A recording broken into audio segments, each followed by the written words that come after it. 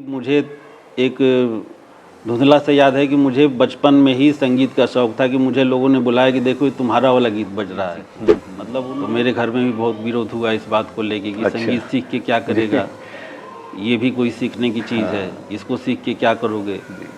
तो एक अलग सा ही तनाव का माहौल हो गया।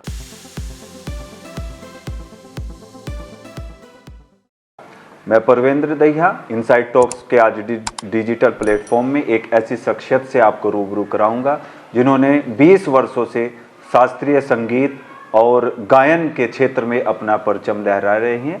ऐसी ही शख्सियत जो किसी परिचय के मोहताज नहीं है, दिलीप मिश्रा जी, जो मुजफ्फरनगर से है। मैं आपका इस कार्यक्रम में हृदय से स्वागत करता हूं। धन्यवाद। मैं पूर्वी उत्तर प्रदेश के बलिया जिला का मूल निवासी हूँ और मेरे घर में संगीत का शौक़ तो सबको है। घर में भजन कीर्तन गाने का माहौल था, घर में पूजा पाठ का माहौल है तो सुबह शाम की आरती पूजा का माहौल था, तो सब लोग भजन गाते थे। तो मुझे शुरू से ही सुनने का माहौल मिला।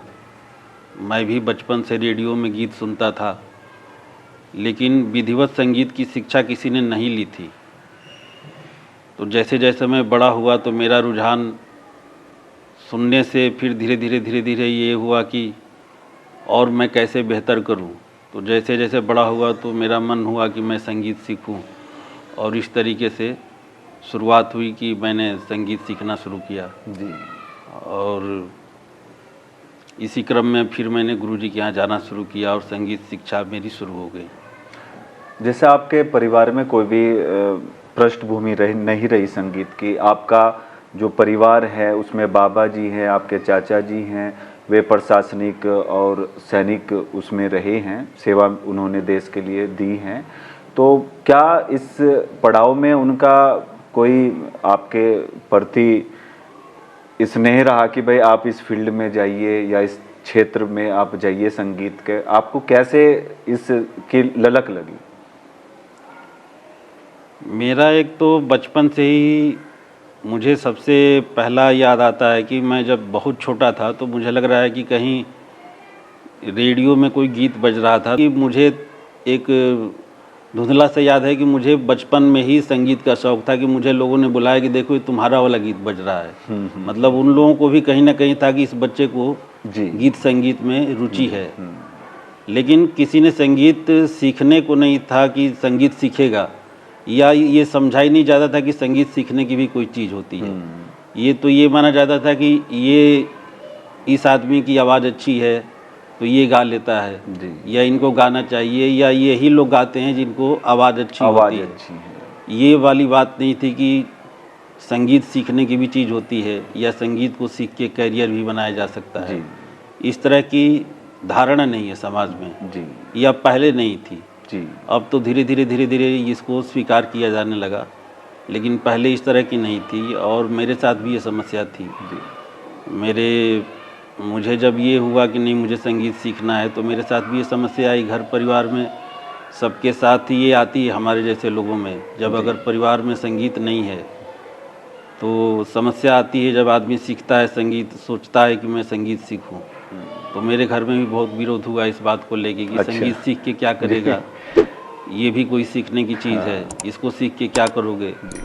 तो एक अलग सा ही तनाव का माहौल हो गया, तनाव सा हो जाता है। फिर एक आजीविका उसके रूप में या पढ़ाई के रूप में जब आप एक ऐसा पड़ाव आता है जीवन का तो तब कहीं ना कहीं एक तारतम्यता बनाने का एक तारतम्यता भविष्य को लेके भी आदमी सोचता है। बच्चे तो बच्चे होते हैं, हमें तो शौक़ से मतलब था, लेकिन जो घर के बड़े बुजुर्ग होते हैं उनको तो चिंता होती है। और हमारे दादाजी भी भारतीय सेना में थे, छोटे दादाजी भी सीआरपीएफ में थे, हमारे चाचा जी भी भारतीय सेना में थे, पापा भी राजनीति में सक्रिय थे, सामाजिक आदमी हैं। तो संगीत की कोई परंपरा नहीं रही।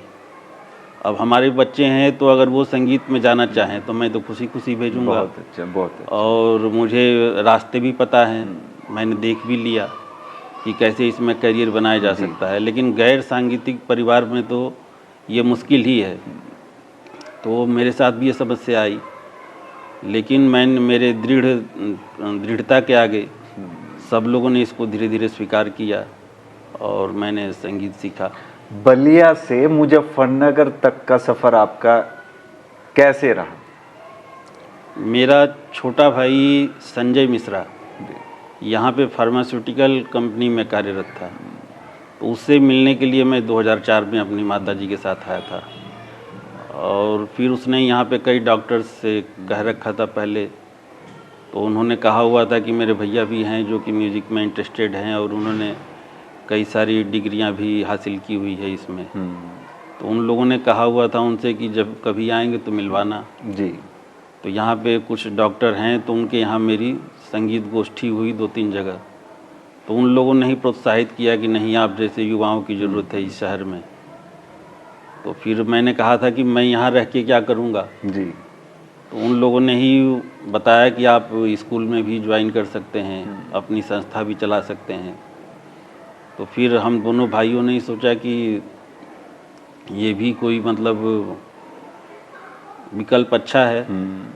तो फिर मैंने एक स्कूल ज्वाइन किया था और उसी दौरान मैंने एक ये संस्था भी शुरू कर दी थी, संगीत सरिता म्यूजिक अकेडमी के नाम से। जी। तो 1 साल मैंने स्कूल किया। उस दौरान मैंने देखा कि मेरे गले पे विपरीत प्रभाव पड़ रहा है बच्चों के साथ बोल बोल के। तो स्कूल मैंने रिज़ाइन कर दिया था स्कूल से और संस्था पे ही ध्यान लगाया पूरी तरीके से। आपकी संगीत सरिता जी जी। तो तब से ये 20 साल से कंटिन्यू चल रही है। क्या कुछ संघर्ष भी आपको, जब आप बलिया से मुजफ्फरनगर आए और जीविका के रूप में आपने प्रारंभ किया कि भाई इस संगीत को मैं जन जन तक पहुंचाऊंगा, उन प्रेमियों तक पहुंचाऊंगा जो इस संगीत से लगाव रखते हैं, तो कैसा संघर्ष की एक भूमिका रही आपकी? जी बिल्कुल, 20 साल पहले के संगीत में और आज के संगीत में बहुत फ़र्क है। 20 साल पहले संगीत इतना घर घर में नहीं था। 20 साल पहले संगीत कुछ ही लोगों में था जिनको कि बिल्कुल संगीत से लगाव है। आजकल क्या है कि आजकल जो reality show, singing reality show television पे आना शुरू हुए। आज आप देखेंगे कि हर चैनल पे हर समय कहीं ना कहीं कोई ना कोई रियलिटी शो आता ही रहता है, चलते रहते हैं। और लगभग हर दूसरे तीसरे दिन मेरे यहाँ छोटे छोटे बच्चों को लेके माता पिता आते हैं। पिछली रात को किसी चैनल पे देखा बच्चे को गाते हुए, अगले दिन लेके चले आए। उनको ये नहीं पता कि कितना टाइम लगता है, कितना मेहनत लगता है, कितने धैर्य की ज़रूरत होती है, लेकिन वो जो आकर्षण है रात को बच्चे को देख के, बस एक ही साम्यता रहती है कि वो बच्चा भी छोटा था और मेरा बच्चा भी छोटा है और मेरा बच्चा भी कहीं ना कहीं स्टैंड करे, कहीं ना कहीं गाए, करेगा, स्टेज परफॉर्मेंस करे। तो इसलिए सीखने वाले बच्चे ज़्यादा हो गए। तो अब सरवाइव करना हम जैसे लोगों के लिए इतना आसान, मतलब मुश्किल काम नहीं है। लेकिन पहले बहुत मुश्किल था क्योंकि सीखने वाले कुछ लोग थे, लेकिन जो लोग थे वो एक लंबा वो लेके चलते थे कि हाँ सीखना है तो टाइम लगेगा। लेकिन अभी क्या है कि जो बच्चे आते हैं तो वो ये सोच के आते हैं कि हम तो जा रहे हैं सीखने और बस आज गए और परसों रियलिटी शो में पहुंच जाएंगे। तो इस तरह की सोच है। लगभग 20 वर्षों से आपने 2000 विद्यार्थियों को आपने प्रशिक्षित किया है। क्या वे विद्यार्थी आज अपनी जीवन को किस तरह से जी रहे हैं?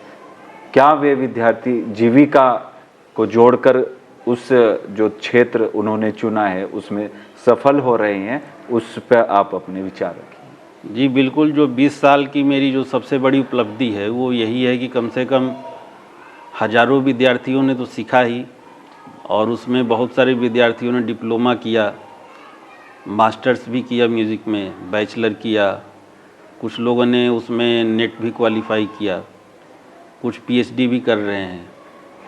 लेकिन उसमें से कुछ लोग हैं जो कि इसको जीविका के रूप में भी एज ए आर्टिस्ट या एज ए संगीत शिक्षक वो इसी शहर में प्राइवेट स्कूलों में या शहर से बाहर दूसरे शहरों में या प्रदेश से बाहर वो गवर्नमेंट एम्प्लॉई के तौर पे या फिर प्राइवेट स्कूलों में तो हैं ही। तकरीबन 50 से ज़्यादा विद्यार्थी ऐसे हैं जो कि संगीत का प्रचार प्रसार कर रहे हैं, अपनी संस्थाएं भी चला रहे हैं। जी। तो ये संतोष का विषय है मेरे लिए कि बहुत अच्छी ये बात काम और अभी भी बच्चे तैयारी कर रहे हैं। जी। अब के समय में और पहले, जब अब से लगभग 20 वर्षों पहले, क्या स्ट्रगल आज देखने को मिलता है जो नया विद्यार्थी को संगीत सीखना है, और पूर्व के विद्यार्थी में और नए के विद्यार्थी में क्या कुछ डिफरेंस है या कोई ऐसा अंतर नहीं है? नहीं, अंतर तो है। पहले के जो विद्यार्थी होते थे वो काफ़ी हद तक गुरु के प्रति समर्पित होते, समर्पण होता था और समय देते थे। समय होता भी था जी। अभी जब से डिजिटल युग आया है, इंटरनेट आया है, तो बहुत सारा समय तो इंटरनेट ले जाता है जी। बेवजह का।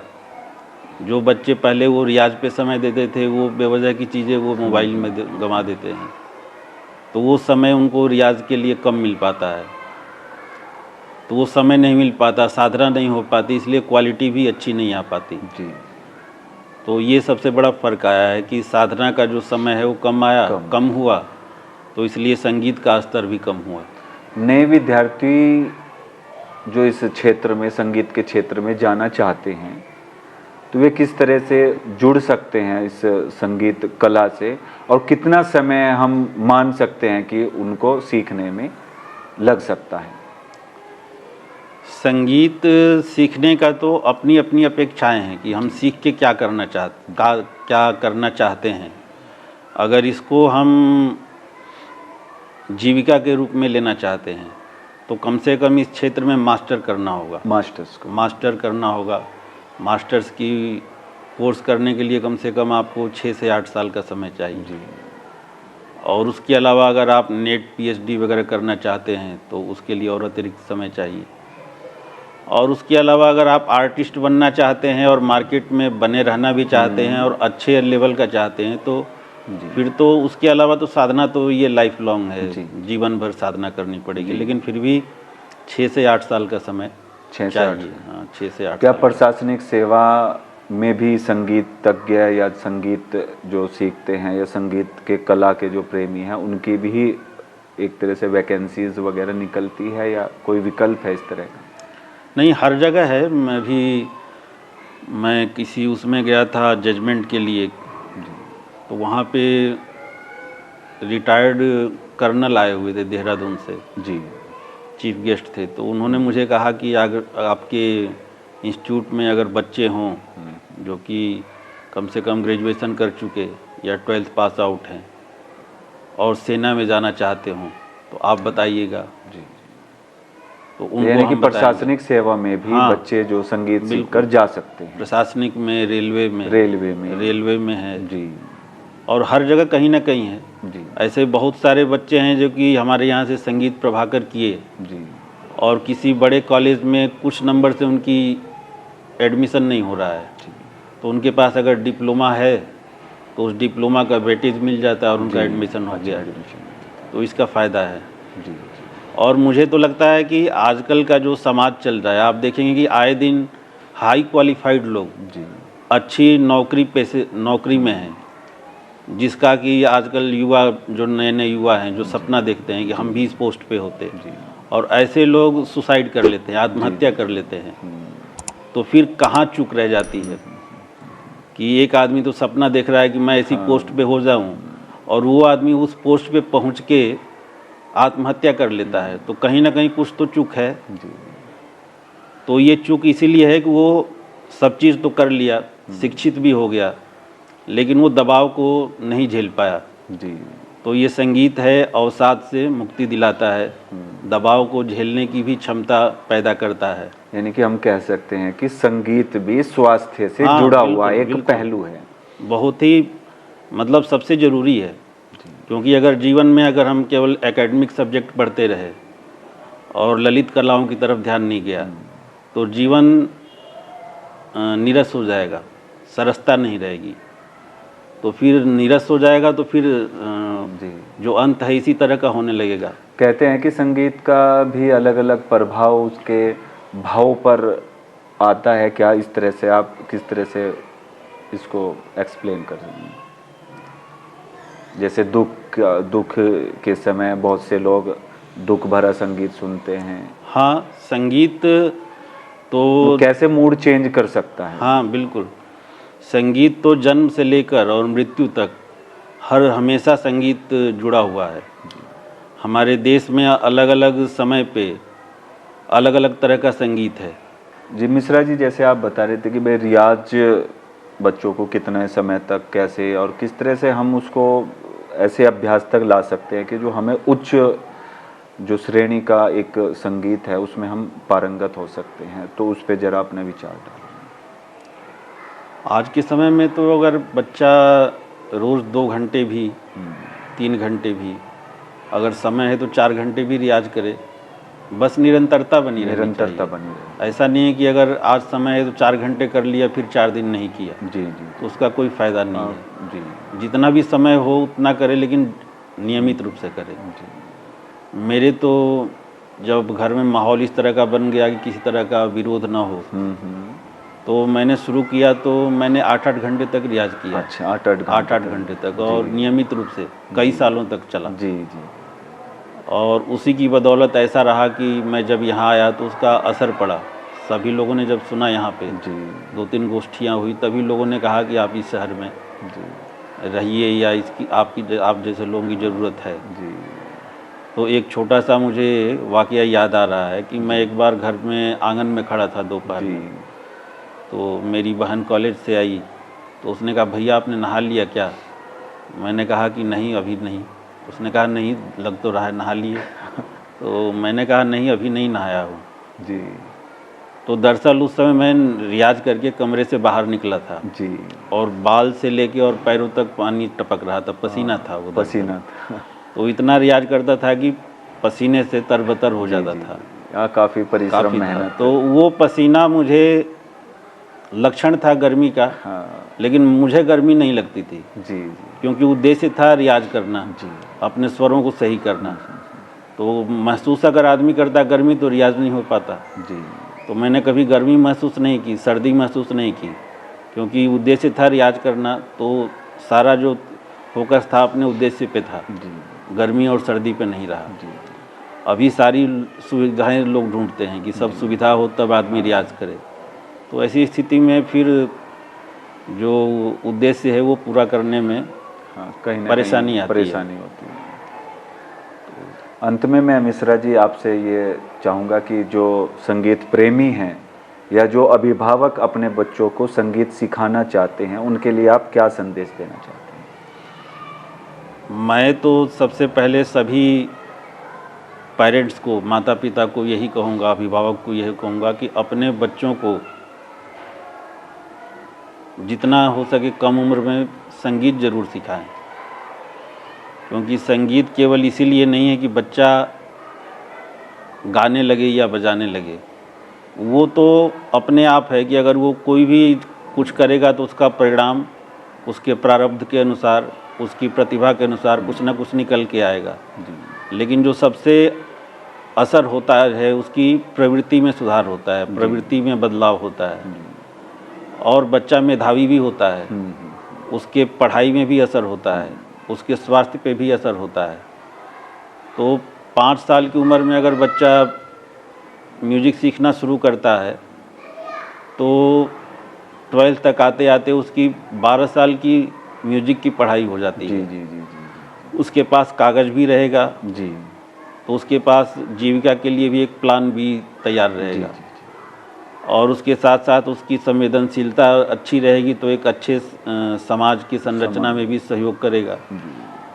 और अगर उसमें प्रतिभा है तो वो ये भी सोच सकता है कि हम इसको करियर के रूप में भी चुन सकते हैं कि नहीं चुन सकते। और पढ़ाई में भी अच्छा रहेगा निश्चित रूप से। इसमें 100% सत्य है कि संगीत वाला बच्चा बाकी बच्चों के मुकाबले उसकी मेधा शक्ति ज़्यादा बेहतर होती है। तो अगर पढ़ाई में जा रहा है तो पढ़ाई में भी बाकी लोगों के मुकाबले ज़्यादा बेहतर करेगा वो। तो इसलिए बच्चों को अनिवार्य रूप से संगीत की शिक्षा कम उम्र से ही देनी चाहिए। और इस मंच के माध्यम से मैं सरकार से भी आग्रह करूंगा कि प्राइमरी से ही बच्चों को संगीत की शिक्षा अनिवार्य रूप से दें।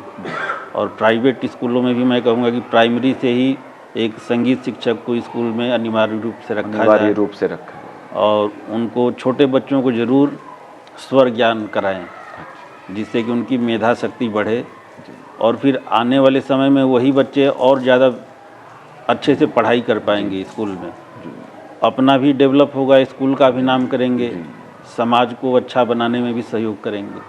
इनसाइड टॉक्स के प्लेटफॉर्म पर आए हुए मैं श्री दिलीप मिश्रा जी का आभार व्यक्त करता हूं कि उन्होंने अपना कीमती समय निकालकर यहाँ पर उपस्थित हुई, दर्शकों को और अभिभावकों के लिए उन्होंने संगीत से जुड़े हुए अपने अनुभव बताए और किस तरह से वे संगीत से जुड़ सकते हैं, वे सभी विषय पर उन्होंने विस्तृत चर्चा हमारे साथ की।